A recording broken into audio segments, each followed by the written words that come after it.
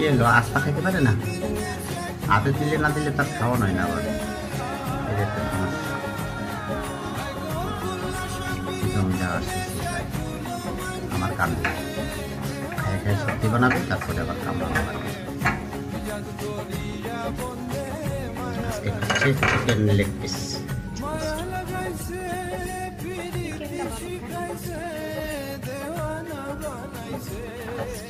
জ্ঞানবুড়ি কত নাম তার, জ্ঞানবুড়ি, গান্ডু, আর একটা কি জানো, আমি তো গান্ডু, জ্ঞানবুড়ি, গান্ডু, শিবলুনি, শিবলটানা,